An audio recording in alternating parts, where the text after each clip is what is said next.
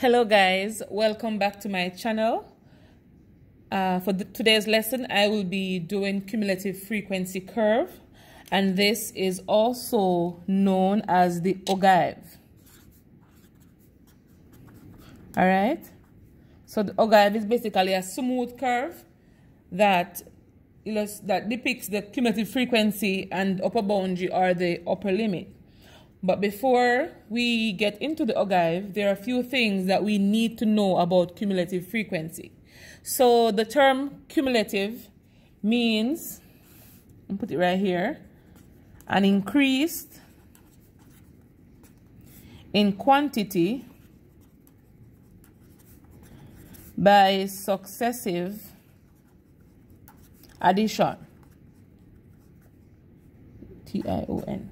All right, guys, so let me give an example. What if we have the height of plants in centimeter,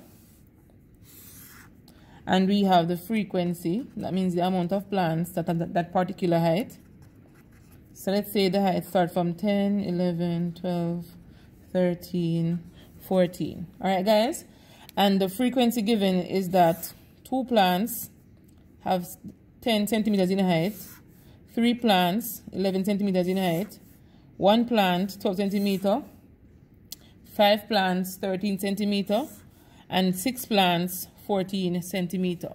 For us to find the cumulative frequency column, guys, we are going to have to add the successive frequency. So let me put a heading right here for cumulative frequency. So for the first column, guys, we only have 2 plants having 10 centimeters. We're going to have to write back over 2. All right.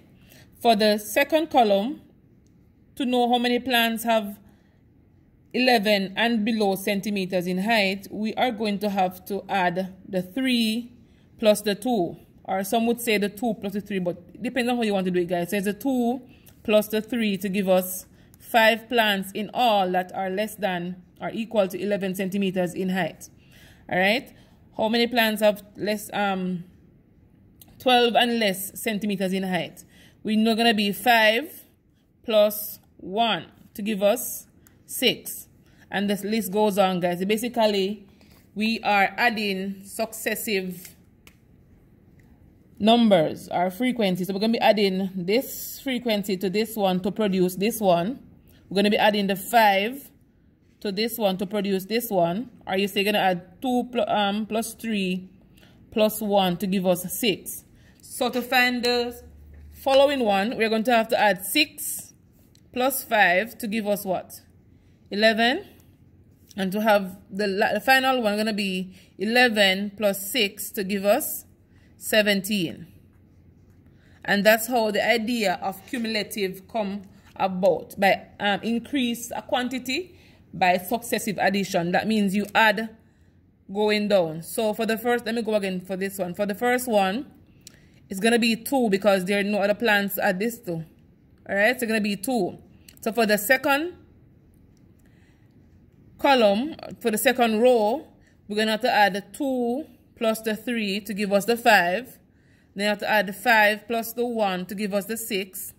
Because the word successive, guys, means you're going to add the following one or the one behind it or the one before it. So you're going to add 6 plus the 5 to give us 11, and 11 plus 6 to give us 17. And so we know in all there are 17 plants of height between 10 centimeter and 14 centimeters. And that's very important for us to know. So to graph the ogive, guys, we need to understand a few things about the statistical terms, what they represent and what they mean. All right, so one thing we need to know as well, let me put it on this paper, that we can have a cumulative frequency for raw data. We can have for group data. And we can also have it for ungrouped data. Alright guys, so let's get into one that requires the different vocabularies. So let's go. So we need to know the class limit. So for group data, we need to know what the class limit means. All right. So class is basically given between two numbers. So for example, the first class could be 20 to 29. The second class could be 30 to 39. The third class could be 40 to 49, and the list goes on. So the class limit is from between 20 and 29. So from the class limit, we can have a lower limit and we have an upper limit. So the lower limit here would be the 20. The 30 is also the lower limit, and the 40 is also the lower limit. If we go ahead and talk about the upper limit here would be 29, 39, and 49. All right, guys, so we need to understand what the limit means. After having the limit, we can identify boundaries. So class boundaries. So the boundaries is basically 0.5 above and below each limit. So let's make a note. So this is 0.5 below and above the class limit. So if I use this example that was given above, so 20 to 29, 30 to 39. Let me use those two for example. If we're going to talk about the boundaries being 0.5 below, the lower limit here, guys, is 20. So 0.5 below 20 would be 19.5. So this 19.5 is my lower boundary. All right? Let's go for the upper boundary. So upper boundary for this one would be 0.5 above. So 0.5 above 29 is basically saying 29 plus 0.5 to give me 29.5. And this applies to all class limit, guys. So for this one, 30 for the lower limit, the lower boundary would be 30 subtract 0.5, which would be 29.5. All right. Then we have 39 being the upper limit here. So the upper boundary would be 39 plus 0.5 to give us 39.5. All right, guys. So one thing you need to know is that each class, they share a common boundary. So the upper boundary for the first class would be the lower boundary for the second class. And if I should go on to the other one, 40 to 49, this would be 39.5. And the upper boundary here would be 49.5. So again, the upper boundary for one class would be the lower boundary for the successive class.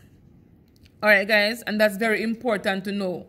So the class boundary is 0.5 above and 0.5 below the class limits.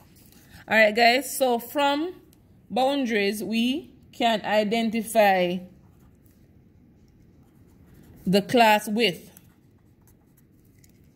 And the class width is basically how wide is this class.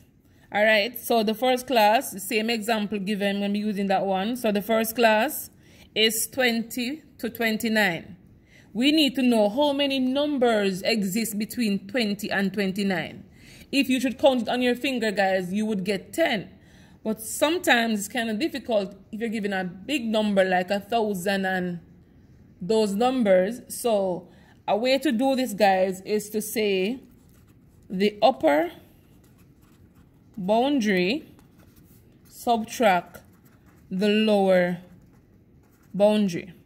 Okay, guys? And so remember, the upper boundary would be 0.5 above, so this plus 0.5. So the upper boundary for this one would be 29.5, and the lower boundary would be subtract this from 0.5. So it would be 19.5. If you subtract these two, the answer you will get would be 10. So the answer is 10. And so the class width is 10. If you try it with the other one, being 30 to 39, the upper boundary for this one, subtract the lower boundary. The upper boundary here would be 39.5. Remember, 0.5 added to this. And the lower boundary would be 29.5. 29.5. If you subtract them, guys, you will get 10. So the class width goes for every class that is given. All right, guys? And from the class width, and we can move on to identifying the class limit. I mean the class midpoint, my bad, midpoint. So the class midpoint is basically, this can be found two ways, guys. You can say the lower boundary plus the upper boundary divided by 2, or you can say the lower limit plus the upper limit divided by 2. Some would say, why did I divide by 2? The word midpoint means you need half of whatever distance or whatever number you're given, or the measurement, or half of that quantity, whatever it may be, guys. And so the midpoint, you're gonna have to divide it by 2. So the example given up here, I'm going to be using it. So 20 to 29 is the class limit. So the lower boundary here would be 19.5 plus, oh my God, plus the upper boundary here would be 29.5 divided by 2 to give you 49 divided by 2, which results in 24.5. If we try doing it by the limits, guys, will give you the same answer. So the lower limit here is 20 and the upper limit is 29. If you add them and divide it by 2, you will get 49 divided by 2 to give you the same 24.5. All right, guys? So we need to know those important points before we can go into plotting a cumulative frequency curve. So on the next video, I'll be showing you that in details. All right, guys? Thank you for watching. And remember to like, share, and subscribe. And comment and tell me what you think about the lesson and if you want me to present on something else. Have a good one.